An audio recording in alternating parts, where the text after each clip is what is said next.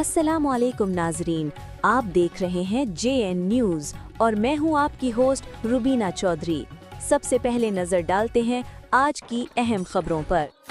حاجی محمد وارث سعیدی کی رپورٹ کے مطابق میلسی ینگ ملک اتحاد جامعہ ابو ہریرہ المسلم زرعی سروسز چودھری محمد اشفاق اور دیگر تنظیمات کے زیر اہتمام مورکہ حق ریلی نکالی گئی۔ ریلی میں شہریوں، تاجروں، طلباء اور مختلف شعبۂ زندگی سے تعلق رکھنے والے افراد نے کثیر تعداد میں شرکت کی۔ ریلی کا آغاز ریلوے پھاٹک سے شروع ہو کر کالونی چوک پر اختتام پذیر ہوئی۔ ریلی کے شرکاء نے قومی پرچم اور پاک فوج کے تصاویر کے بینرز اور پلے کارڈز اٹھا رکھے تھے، جبکہ پاکستان پائندہ باد، پاک فوج زندہ باد کی زبردست نعرے بازی بھی کی گئی۔ ریلی کے شرکاء میں جامعہ ابو ہریرہ کے منتظم قاری محمد یاسین، المسلم زرعی سروسز کے CEO، انجمن تاجران کے سینئر نائب صدر چودھری محمد اشفاق ینگ، ملک اتحاد کے صدر جنرل سیکرٹری انجمن تاجران ملک محمد کاشف، سابق جنرل سیکرٹری پریس کلب سید نوید الحسن قطبی نے کہا کہ مارکہ حق قومی اتحاد، یکجہتی اور حب الوطنی کا عملی اظہار ہے۔ تمام مقررین نے اس عزم کا اظہار کیا کہ وطن عزیز کے دفاع اور امن کے قیام کے لیے قوم متحد رہے گی۔